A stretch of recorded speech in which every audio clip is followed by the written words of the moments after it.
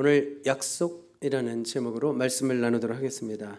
약속을 잘 지키는 사람을 우리는 참 신용이 있다, 신용이 있다 이런 말을 하죠.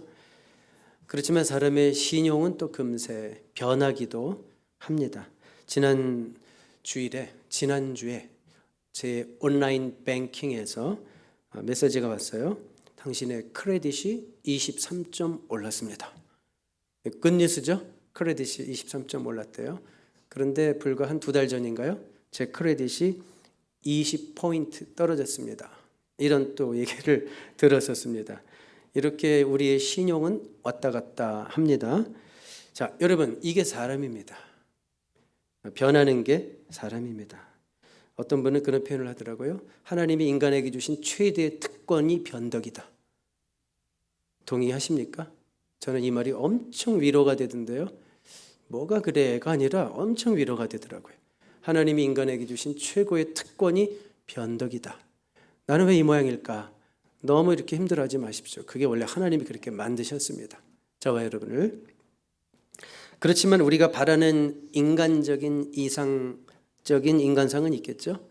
우리가 바라는 어떤 이상적인 인간상이라고 할 것 같으면 자신에 대해서 성실해야 되고, 이거는 대자 관계라고 그래요. 자신에 대해서 성실해야 되고, 또 타인에게 진실해야 되고, 대인 관계겠죠. 그리고 하나님 앞에서 충성스러워야 되는 거죠. 대신 관계죠. 자, 그런데 인간은 타인, 하나님은 고사하고 자신에 대한 약속도 잘 지키지 못한다 이거예요. 하루에도 스스로 자신에게 했던 약속을 여러 번 어기지 않습니까? 아침에 일어나서 오늘은 한 끼만 먹어야지 하고 4끼 먹어요. 그러니까 여러 번 어깁니다. 성경은 이런 인간을 일컬어서 뭐라고 그러냐면 2글자로 뭐라고 그럴까요? 죄인이라고 그래요. 죄인. 별로 듣기 싫어하는 말이죠. 죄인. 좀 여러분들이 이해할 수 있는 표현을 한다면 죄인을 다른 말로 하면 신용불량자. 여러분, 신용불량자 액셉트 하겠습니까? 자, 우리는 쉽게 변합니다. 약속을 잘 못 지켜요. 어느 덴마크 수상이 취임식을 하게 됐어요. 덴마크 수상이 취임식을 하게 됐는데 왕이요 수상에게 어서 오시오, 손을 성경에 올리시오 이렇게 말했습니다. 그러니까 하나님 말씀 앞에서 이제 수상 취임을 하면서 서약을 하게 하려고 손을 올려놓으시오 이렇게 했죠. 그때 이 수상이 뭐라고 얘기했냐면, 폐하, 저는요 하나님을 믿지 않는 사람입니다. 저는 이 성경 위에 손을 얹을 수가 없습니다. 저는 하나님을 믿지 않는 사람입니다. 그러자 왕이 뭐라고 대답했냐면, 너무 걱정하지 마시게, 하나님도 자네를 별로 안 믿으니까, 이렇게 얘기했다는 사실인지 누가 지어낸 얘기인지는 모르겠지만 하나님도 저와 여러분을 별로 안 믿으신대요. 이 말이 어찌나 위로가 되는지, 하나님이 우리에 대한 기대가 너무 크시면 어찌나 부담이 되는지. 근데 하나님도 저와 여러분 뻔히 아신대요. 신용 불량자라는 거. 자, 맹세와 약속이 정말 우습게 되는 세상 속에서 우리가 살고 있습니다. 그렇죠? 그 하나님의 말은 우리 성경을 읽어보면 오늘 우리가 읽은 본문 중에 이런 말이 있어요. None fall. 그러니까 한마디도 땅에, not a word, 한마디도 땅에 떨어지지 않았다. 이런 표현이 있거든요. 하나님의 말씀은 한마디도 땅에 떨어지지 않았다. 그런데 우리가 사는 세상에는 falling words, 떨어지는 말들이 그냥 가득한 세상인 것 같아요. 막 침을 튀기면서 확신을 가지고 말했던 공약, 지켜지는 걸 못 봐야 돼. 그렇죠? 뭐 가끔 지켜져요. 1-2개.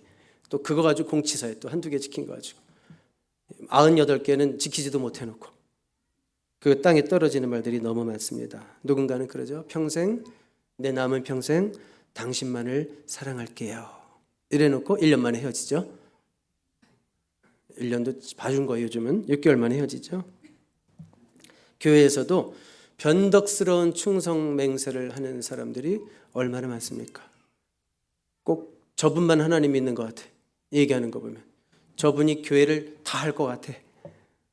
그런 변덕스러운 충성 맹세, 오래가지 못하는 충성 맹세 얼마나 많습니까? 자, 우리가 이런 세상 속에서 살지만 떨어지는 말들 투성이 세상 속에서 살지만 하나님의 말씀은 떨어지지 않습니다.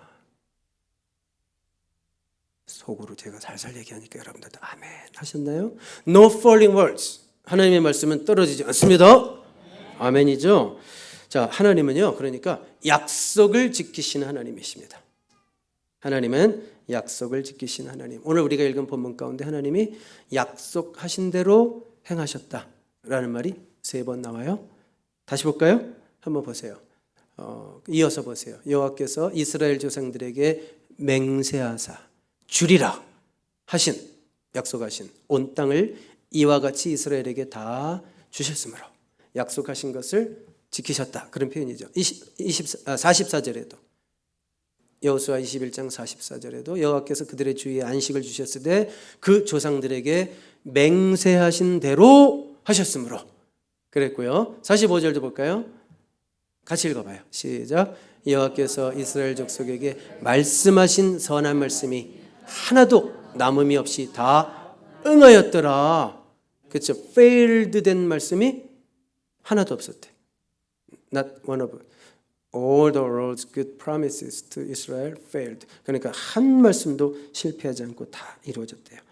여호수아의 정복 전쟁은 7년 걸렸습니다. 다 끝난 거예요. 이미 우리는 여호수아의 7년 정복 전쟁이 끝났고요. 그래서 이제 여리고성, 아이성을 비롯한 32개 가나안 족속의 성들은 이미 다 점령된 거예요. 물론 주민들이 다 쫓겨난 건 아니지만 이미 다 점령됐습니다. 그러니까 다 점령했고 이제 뭐 하고 있다고 그랬어요? 땅을 분배하고 있다고 그랬죠. 땅을 분배하는 과정 속에 있습니다. 그러니까 하나님의 약속이 성취되었다. 그러니까 fulfilled 이런 표현이 쓰여 있습니다. 하나님의 약속이 성취되었다. 그렇다면 여러분들에게 한번 물어볼까요? 하나님이 도대체 이 약속을 언제 주셨을까요? 여호수아 시대에 이루어졌던 하나님의 약속은 언제 주어졌을까요? 여러분들에게 답을 원하는 게 아니라 집중을 원하는 거예요. 답은 몰라도 돼요. 집중을 원하는 질문이에요. 자, 언제 주셨냐면, 자, 43절 한번 다음 스크린 다시 보세요. 다음 스크린 보시면 여호와께서 이스라엘 조상들에게 맹세하사 주리라 한 온 땅이라고 그랬어요. 조상들에게. 조상 가운데 특별히 누구에게? 아브라함에게. 그러니까 이 시점으로부터 약 600년 전에 하나님께서 아브라함에게 이미 주셨던 약속이에요. 한번 다음 스크린 볼까요? 창세기 12장 7절 다 같이 읽어봐요. 시작. 여호와께서 아브라함에게 나타나 이르시되 내가 이 땅을 네 자손에게 주리라 하신지라. 어느 땅이요? 지금 7년 동안 정복한 그 땅을 이미 하나님께서 600년 전에 아브라함에게 내가 그 땅을 반드시 너에게 줄 거다. 아니 누가 이 약속이 성취될 것을 믿기나 했을까요? 아니 이 광활한 땅을 주시겠다고요? 아브라함이 말도 안 돼요. 보니까. 왜요? 자기 후손이 하나밖에 없는데요. 그리고 사실은 이 약속을 하실 때는 후손도 없었거든요. 그리고요, 아브라함이 죽었을 때 아브라함에게 주어져 있던 땅은요, 고작 자기 와이프 세라 매장지 조금밖에 없었어요. 아니 그거밖에 없었는데 하나님은 뭐라고 그러세요? 내가 이 땅 전부를 네 자손에게 주리라 말씀하시는 거예요. 그러니까 사람들 누가 믿겠어요? 에이 뭐가 이루어지긴. 여러분 사람들은 약속을 하고 시간이 지나면 잊어먹기도 해요. 저도 그렇습니다. 그거 약속했잖아요. 내가 그랬니? 막 이럴 때도 있었던 것 같아요. 애들한테 내가 언제 그 약속했어? 기억이 안 나는데 오리발을 내미는 게 아니라 진짜 기억이 안 나요. 그렇지만 하나님은 약속하셨으면 반드시 지키십니다. 600년이 지나도 지키십니다. 여러분의 심령 가운데 하나님이 약속으로 주신 말씀이 있으면 반드시 그 약속의 말씀은 열매 맺습니다. 제가 오래전 제 은사 교수님에게 들은 얘기인데요. 그분이 이런 예를 드시더라고요. 실제로 있었던 일이래요. 아버지가 어린 아들에게 아빠가 곧 돌아올 테니까 여기 잠깐만 꼭 있어라. 잠깐만 일 보고 올게. 근데 조금 늦어졌나 봐요. 근데 아이는 그 자리에 계속 서 있었는데 큰일이 생겼습니다. 아빠가 일을 보러 간 사이에 건물이 붕괴됐어요. 아빠는 일하러 갔고 아이는 건물 안에 남아 있었고 그래서 아이가 이제 건물에 무너져서 갇히게 된 거죠. 근데 아빠는 뭐 바로 돌아오지 않았고 또 구조 작업이 생각보다 늦어졌어요. 자, 뒤늦게 구조 작업을 하면서 어떤 생각을 했을까요? 얘는 죽었겠구나. 아이고 어떡하나. 혹 살았어도 시간이 꽤 지났습니다. 얘가 공포에 질려서 정신적 충격이 말이 아니겠구나. 이런 생각을 했습니다. 뒤늦게 조금 늦었지만 구조대가 작업을 시작했고요. 놀랍게도 아이는 크게 다치지 않았고요. 건물 무너진 틈 사이에서 아주 제법 평안이 있었어요. 긴 시간을 아주 제법 평안이 있었어요. 나중에 물어봤죠. 어떻게 그 긴 시간을 그렇게 두려워지도 않고 너는 그렇게 견딜 수 있었니? 라는 질문에 이 아이가 이렇게 대답했대요. 왜냐하면요, 아버지가 곧 돌아오신다고 했거든요. 그래서 하루가 지나도 아버지가 곧 돌아오신다고 말로 약속을 했거든요. 저는 아버지 말을 믿었어요. 저는 아버지가 한 약속을 믿었어요. 그러면서 견뎠다는 거예요. 그것도 평안히 견뎠다는 거예요. 무슨 얘기인가요? 약속을 믿을 수 있으면 평안히 지낼 수 있는 거죠. 우리가 하나님의 약속의 말씀을 진짜 내가 믿을 수 있다면 그 말씀 가운데서 우리도 평안함을 유지할 수 있습니다. 폭풍 가운데도 바람이 불고 막 폭풍 가운데 인생에 험난한 풍파가 있는데도 평안을 유지하는 인생들이 누굽니까? 하나님의 약속의 말씀들이 세미한 음성으로 그 귀에 들려오는 자들인 줄로 믿습니다. 자, 하나님은 약속을 지킨 이 아버지처럼 결국 지켰잖아요. 약속을 반드시 약속을 지키시는 하나님이신 줄로 믿습니다. 그런데 우리가 이 약속의 말씀을 믿을 때에만 안심할 수 있는 거예요. 제가 몇 가지 약속의 말씀들, 성경은 사실 다 약속이거든요. 몇 가지 약속의 말씀들을 여러분들에게 소개할게요. 한번 한 가지 한 가지 볼까요? 자, 먼저 뭔가요? 이렇게 스크린이 빨리 안 넘어갈까요? 자, 여호수아 1장 8절 다 같이 읽어봐요. 하나님의 약속의 말씀 시작.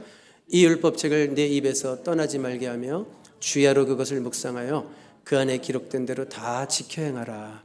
그리하면 내 길이 평탄하게 될 것이며 내가 형통하리라. 우리가 여호수아를 거의 시작하는 단계에서 보았던 말씀인데 우리가 prosperous, successful 이 땅에서 형통하고 성공할 수 있는 정말 방법이 있는가? 라고 우리가 질문할 때 이 하나님 말씀이 네 삶에서 떠나지 말게 하라. 이런 약속의 말씀인 줄로 믿습니다. 우리 다음 약속 볼까요? 시편 50편 15절도 같이 읽어봐요. 시작. 환난 날에 나를 부르라. 내가 너를 건지리니 내가 나를 영화롭게 하리로다. 환난 날에 누구를 부르라? 나를 부르라. 하나님을 부르라.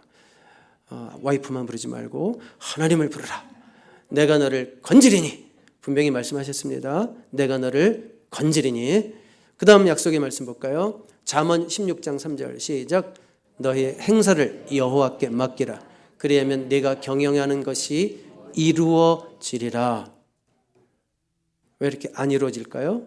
아직도 내 의지로 내 힘으로 붙들고 있는 거 아닐까요? 하나님께 맡기라. 하나님의 때에 이루어 주신다는 약속입니다. 그 다음 약속 볼까요? 이사야 40장 31절 시작. 오직 여호와를 앙망하는 자는 새 힘을 얻으리니 독수리가 날개치며 올라감 같을 것이요 다른 박질하여도 곤비하지 아니하겠고 걸어가도 피곤하지 아니하리로다. 아멘. 너무 피곤해서 만성 피로에 시달리십니까? 약을 먹어도 소용없어요? 우루사 먹어도 안 돼요? 그런 약 있나 미국에? 근데 그게 비결이 아니네요. 다른 박질하여도 곤비하지 아니하겠고 걸어가도 피곤하지 아니할 수 있는 이유는 뭘까요? 주를 바라라. 오직 여호와를 앙망하는 자 새 힘을 얻게 될 줄로 믿습니다.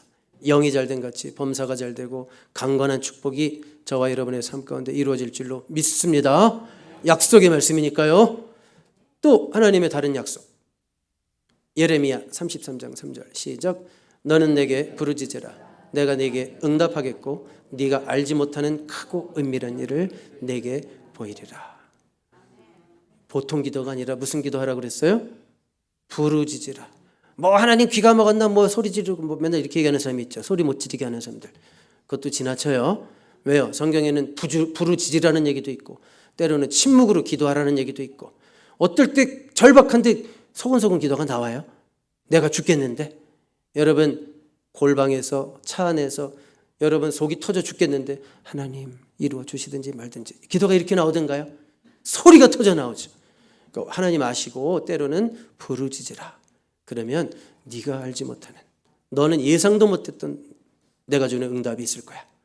이렇게 약속하신 줄로 믿습니다. 또 다른 약속 볼까요? 마태복음 11장 28절 시작. 수고하고 무거운 짐진 자들아 다 내게로 오라.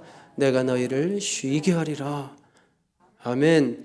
여러분 정말 쉼을 느끼십니까? 교회 와서는 쉼을 느껴야 되지 않겠어요? 교회까지 왔는데도 오늘은 또 내가 해야 될 일이 몇 가지인가 이거 계산하면서 머리 아프면 안 되는데요. 그렇죠? 쉼이 돼야 되겠죠. 모든 여러분들의 순종, 헌신, 수고가 자발적인 기쁨의 표현이 될 수 있길 바랍니다. 네, 우리 진정한 안식이 주님 안에 있다고 말씀하십니다. 내게로 오라 말씀하십니다. 한 가지만 더 볼까요?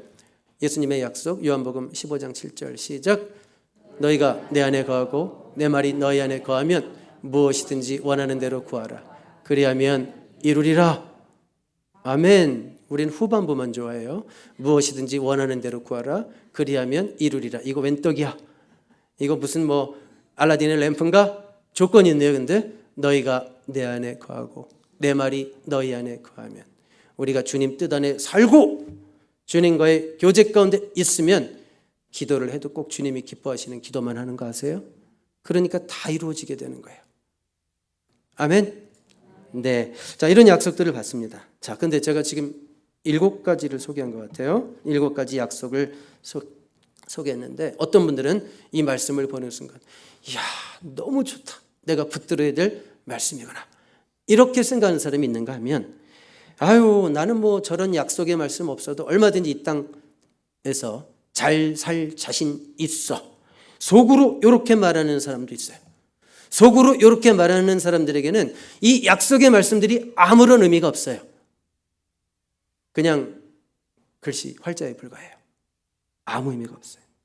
하지만 지금 너무 절박한 사람, 만약에 예를 들어서 내 딸이 지금 병원에서 너무 심각한 크리티컬해요. 너무 심각한 상황이란 말이에요. 그럼 다음 스크린 보세요. 이 말씀을 보는 순간 다음 스크린, 환난 날에 나를 부르라. 내가 너를 건지리니 내가 나를 영화롭게 하리로다. 시편 50편 15절 이 말씀을 보는 순간 어떻게 하겠어요? 하나님이 나에게 주신 이건 약속의 말씀이야 라고 간절히 붙들지 않겠어요?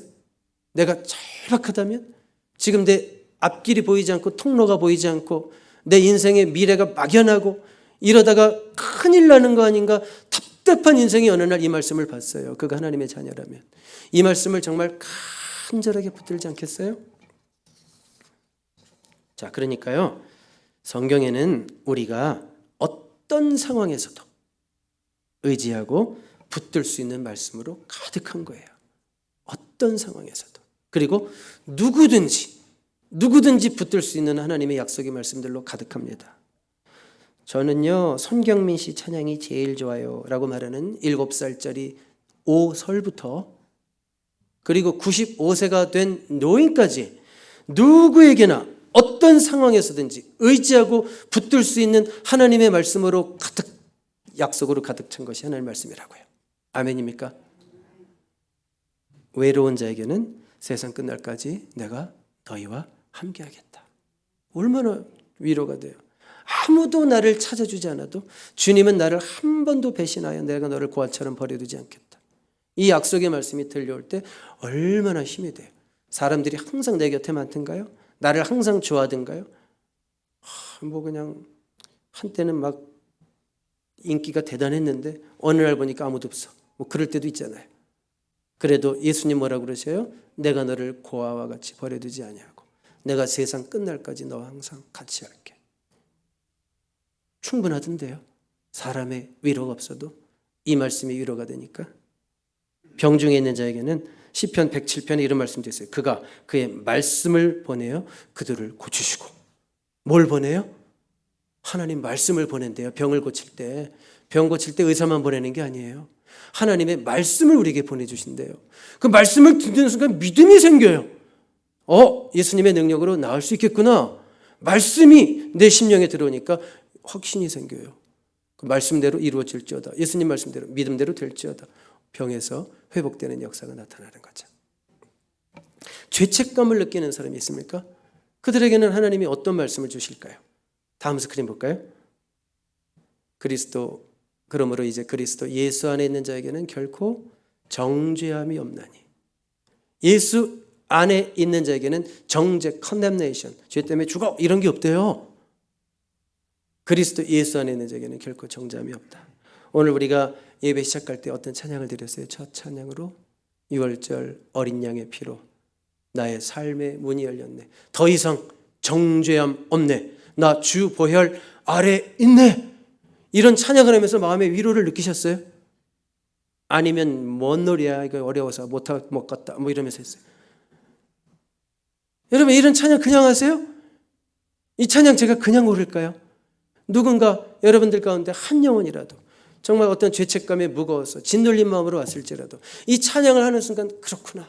나는 주 보혈 아래 있지. 결코 정죄함이 없지. 주님은 오늘 100번이고 1000번이고 10,000번이고 또 회복하시고 나를 다시 일으켜 세우시는 주님이시지. 이런 위로가 여러분들에게 있기를 바라는 마음으로 이런 찬양을 고르는 거죠. 한 번도 찬양 대충 돌려가지고 4곡 걸려가지고 이렇게 골라본 적 한 번도 없어요. 찬양을 고를 때마다 정말 기도하면서 하나님 어떤 영혼에게 정말 꼭 필요한 찬양이 골라지게 해주십시오. 그래서 어떨 때는 했다가 막 다 받고 또 왜요? 한 영혼이라도 그 찬양을 통해서 여러분들이 위로받고 힘을 얻어야 되기 때문에. 자, 죄책감을 느끼는 사람, 사실 죄가 우리에게 가장 큰 문제 아닙니까? 인생 가운데 그거보다 더 큰 문제가 뭐가 있어요? 죄가 뭐라고 생각하세요? 죄. 여러분 TV에서 듣기 힘든 얘기니까 잘 귀를 기울이세요. 이런 거 톡쇼에서 얘기 안 해줘요. 여러분 오늘의 주제는 죄입니다. Today's theme is sin. 뭐 이런 얘기 안 해요. 이거는 정말 여러분들이 꼭 들어야 되는 얘기인데 세상은 들려주질 않아요. 그래서 여러분들이 꼭 들어야 돼요. 죄라는 것은 절제하지 못하고 하나님이 정하신 경계, 선을 넘어가는 게 죄예요. 절제하지 못하고 하나님이 정하신 선과 경계를 넘어가는 게 죄입니다. 절제해야지. 그래 놓고 또 밤새 또 유튜브 봤어요. 또 이 중에 한 3분 그럴지도 몰라. 어제 새벽 3시까지 유튜브 보다가. 하나의 예를 드는 거예요. 유튜브를 보면서 뭐 대단한 걸 배웠느냐, 뭐 어떤 훌륭한 설교자 설교를 10편을 들었냐, 그게 아니에요. 대단히 뭐 배우는 것도 없어요. 괜히 틀어놓고 시간 낭비하는 거예요. 여러분 세월을 낭비하는 것은 단지 게으름이 아닙니다. 세월을 낭비하는 것은 성경적으로 보면 죄입니다. 하나님이 정하신 선을 넘은 거예요. 그렇게 무절제하게 밤 시간을 보내고 나면 그 다음날 상쾌하게 시작이 되던가요? 무거운 마음으로 그냥 또 일은 나가야 되고 하루는 시작해야 되고 피곤한 몸으로 뭐 맨날 머리가 아프다고 그러고 잠을 못 자가지고 컨디션이 안 좋게 시작해요. 1년에 나는 한두 번만 일한다. 그런 사람이 없다는 거예요. 너무 자주 그러고 있어. 안 돼요. 죄책감이 생기죠. 난 언제나 절제된 삶을 살 수 있을까? 난 언제나 정돈된 삶을 살 수 있을까? 언제나 될까요? 자, 여러분 다 같이 실망하실 준비하세요. 절대 안 됩니다. 뭔 얘기하는 거지? 절대 안 됩니다, 여러분.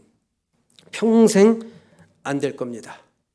여러분의 결심 평생 못 지킬 겁니다. 여러분만의 아킬레스건 다 있지 않아요? 상당히 여러분 괜찮은 사람인 거 알아요, 제가. 상당히 전반적으로 괜찮은 사람인 거 알아요. 그렇지만 여러분 고질적으로 넘어지는 그거 있죠. 그거 몇 년 살았어요? 됐으면 벌써 됐지. 지금 몇 살이에요, 여러분? 50살 넘었잖아요. 40살 넘었잖아요, 드디어. 그러니까 아직까지 안 됐는데 됐으면 벌써 됐죠. 자, 다시 한번 여러분들에게 실망을 드리겠습니다. 결코 안 될 겁니다. 평생 안 될 겁니다. 가끔 성령님이 필 주셔서 될 겁니다. 그런데 그건 잠깐이에요. 아멘해도 소용없어. 그거 잠깐이에요. 그거 잠깐이에요. 잠깐 대담하는 거예요. 또 넘어질 겁니다. 이게 인간입니다. 변덕이 죽을 듯 하는 게 인간이고 이랬다 저랬다 하는 것이 인간이에요. 제가 왜 이런 말씀 드린지 알아요? 그러니까 예수님이 필요한 거예요. 내 결심으로 되면 예수님이 왜 필요해요? 여러분 이해가 가요? 지금 목사가 저 이단인가 뭐 딴 얘기하는 건가? 성경에 없는 얘기하나? 이 성경 얘기하는 거예요. 내 결심으로 되면 나의 의로 설 수 있으면 예수님이 왜 필요해요? 여러분들이 교회를 뭐하러 나와요? 교회가 무슨 여러분들의 신념을 강화하기 위해서 나오는 데인 줄 아십니까? 아니죠. 교회는 죄인들을 자신이 죄인임을 인정하는 자가 나오는 거예요. 하나님, 나의 열심으로도 안 되고 노력으로도 안 되고 제가 지금 60이 넘었습니다. 제가 70이 넘었습니다. 평생 제가 이렇게 살려고 했는데 아직도 안 돼요. 그 무슨 뜻이에요? 난 아직도 예수님이 필요해요. 그런 얘기예요. 이런 말씀이 너무 힘이 되고 위로가 되지 않습니까? 이게 복음이라는 거 아세요? 수고하고 무거운 짐진 자들아 다 내게로 오라. 내가 너희를 쉬게 하리라. 그 쉼이라는 게 뭐예요? 여러분들에게 그 수고와 짐이라는 게 뭐예요? 내가 그렇게 결심대로 살고 싶은데 안 되는 게 짐이잖아요. 내가 그렇게 애쓰고 수고하고 노력하고 내가 그래도 이 정도 살았으면, 내가 권사 짬밥이 20년인데 이 정도면 내가 이제는 좀 거룩한 태가 느껴지고 누가 봐도 천사 같고 말 한마디에도 덕이 있고 막 이래야 되는데 안 되잖아요. 가끔 필 받아서 잘하고 또 똑같잖아요. 또 실망 주고 또 옆에서 저 사람이 그러잖아요. 어떻게 권사가 저래. 또 그런 말 하잖아요. 또 안 되잖아요. 그래서 누가 필요하다고요? 이게 복음이라는 거 아세요? 이거 모르고 무슨 교회 가지고 무슨 윤리 경쟁하는 사람들이 있어요. 내가 좀 더 착하고 네가 좀 더 착하고. 거기엔 복음이 없어요. 죄인됨을 인정하시라는 말이고, 역으로 말하면 죄책감 너무 느끼지 마세요. 다들 아닌 척하는 사람들은 가면을 쓴 거고 바리새인처럼 아닌 척하는 것일 뿐이고, 그리고 교회에 왔을 때만 잠깐 잘하는 거예요. 여러분, 좀 심하게 말하면 집에 가서 보세요. 남편에게 하는 거, 애들한테 하는 거. 난리 개판 5분 전입니다. 이런 표현 써서 죄송합니다만 다 교회 오니까 교회 모드로 바뀐 것뿐이라고요.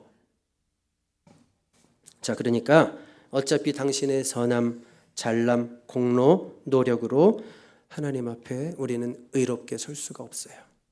아무도 없습니다.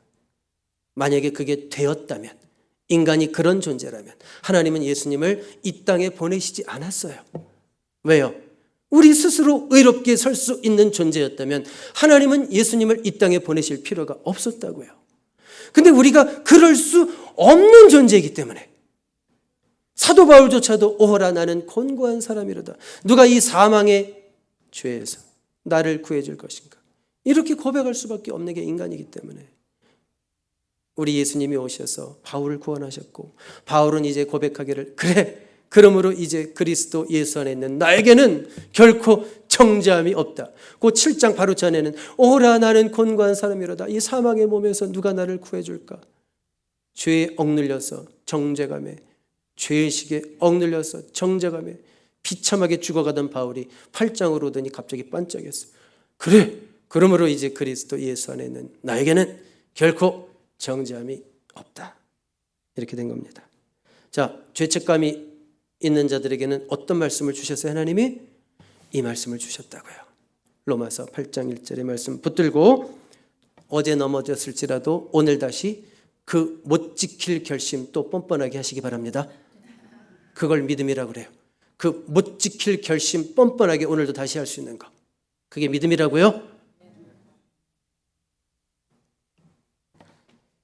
자, 그러니까 하나님의 말씀은 어떤 상황에 처한 우리들에게도 주실 수 있는 약속의 말씀이 있다.